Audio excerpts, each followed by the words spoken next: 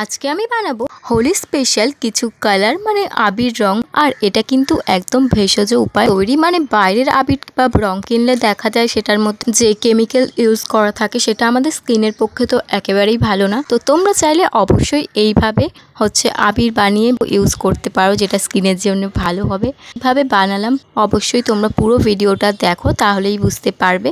তো চলো বেশি কথা না বাড়িয়ে আজকের ভিডিওটা স্টার্ট করা যাক।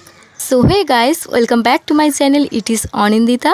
তো দেখতেই পাচ্ছ আজকে যেহেতু আমি এখানে হোমমেড আবির বানাবো, তার জন্য এখানে কিছু ন্যাচারাল জিনিস জোগাড় করে নেব। ফার্স্টেই আমি এখানে নিয়ে নিয়েছি কাঁচা হলুদ। আরও অন্যান্য কালারের জন্য কি কি নেব চলো দেখাচ্ছি। এই যে এটা ফুল গাছ দেখতে পাচ্ছ, এটা আমাদের বাড়ির সামনে যে পুকুর আছে, তো পুকুর পাড়ে এই ফুল গাছ, তো এটাকে আমরা তো মোরগছুটি ফুলই বলি। তো এইটা নিয়ে নিয়েছি রেড কালার করার জন্য। আর এখানে আবির বানানোর জন্য যা যা লাগবে এইগুলো পুঁই শাকের যে মেটুলি হয়, তো সেটাই নিয়ে নিয়েছিলাম। আর এখানে নিয়ে নিয়েছি গোলাপ জল। আর যেটা লাগবে সেটা কর্নফ্লাওয়ার বা অ্যারারুটও তোমরা ইউজ করতে পারো। আর এখানে সমস্ত ইনগ্রেডিয়েন্টস নেওয়া হয়ে গেছে। এবার চলো আবির বানানোটা স্টার্ট করা যাক। তো ফার্স্টে যেহেতু আমি হলুদ রঙটা বানাবো, তো তার জন্য এখানে ফার্স্টেই কাঁচা হলুদগুলোকে ধুয়ে নিচ্ছি। দেন এবার একটা গ্রেটার নিয়ে নিয়েছি আর হলুদটাকে একটু ছিলিয়ে নিচ্ছিলাম। তারপর এটাকে গ্রেটারের সাহায্যে খুব ভালোভাবে গ্রেট করে নিয়েছি। আর এরপর এই দেখতেই পাচ্ছ এইভাবে গ্রেট করে নেওয়া হলুদটা থেকে এরকম চিপে চিপে হলুদের যে রসটা হয় সেটা বের করে নিতে হবে।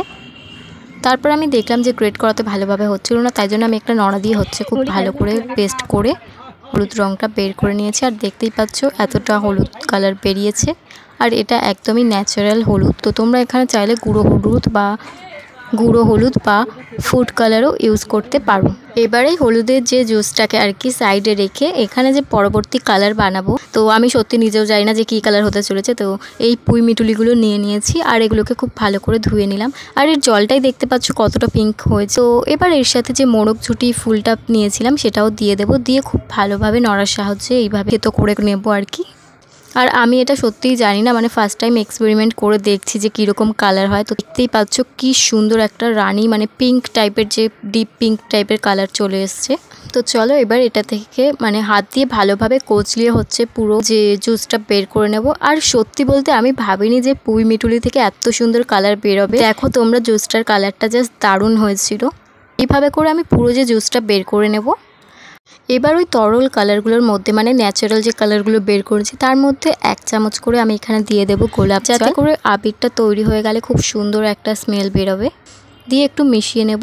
এবার একটা বাটির মধ্যে নিয়ে নিয়েছি পরিমাণ মতো কর্নফ্লাওয়ার। তোমরা এখানে অ্যারারুটও ইউজ করতে পারো। তো এবার এর মধ্যে তরল মিশ্রণটা, মানে হলুদটা যেহেতু ফার্স্টে বানাচ্ছি, তো হলুদের যে মিশ্রণটা এটা দিয়ে মিক্স করতে হবে।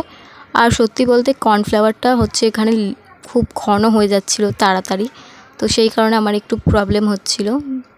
দেন এরকম একটা তরল ব্যাটার তৈরি হয়ে গেলে থালার মধ্যে বা কোনো প্লেটের মধ্যে একটু অয়েল ব্রাশ করে নিয়েছি, নিয়ে তার মধ্যে এই মিশ্রণটা এইভাবে ঢেলে দেব।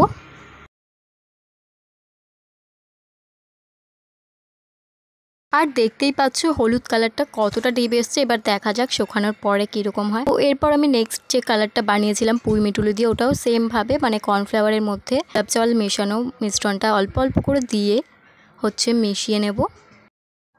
আর যত এটা মেশাচ্ছিলাম দেখতেই পাচ্ছ কি সুন্দর একটা কালার আসছিল। তো আমার তো খুবই ভালো লাগছিলো যে আমি ফার্স্ট টাইম আবির বানাচ্ছি আর এত সুন্দর একটা কালার এসছে। তো যাই হোক, এরপর এটাকেও সেমভাবে ওই অয়েল ব্রাশ করা কোনো প্লেটের মধ্যে দিয়ে দেব।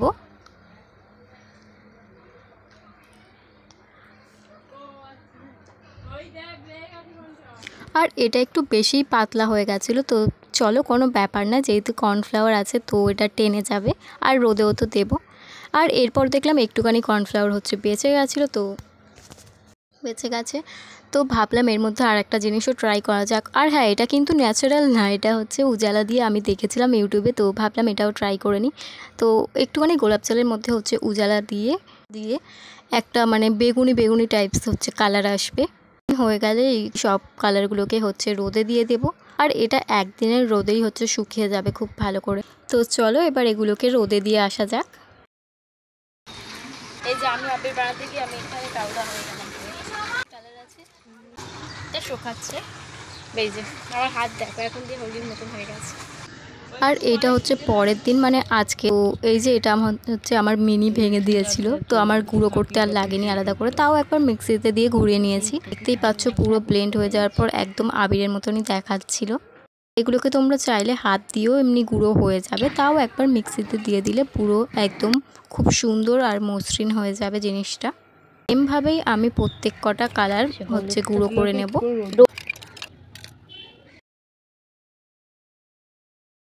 আর তারপর একবার এগুলোকে রোদ খাইয়ে নিয়েছিলাম। আর দেখতেই পাচ্ছ কালারগুলো কতটা সুন্দর হয়েছে। আর এটা স্কিনের পক্ষেও খুব ভালো, মানে কোনো সমস্যা নেই দিলে। তো সবাইকে জানাই অ্যাডভান্স হ্যাপি হোলি। আজকের মতো ভিডিওটা এতটাই, দেখা হচ্ছে আবার পরবর্তী কোনো ভিডিওতে। ততক্ষণের জন্য টাটা সবাইকে।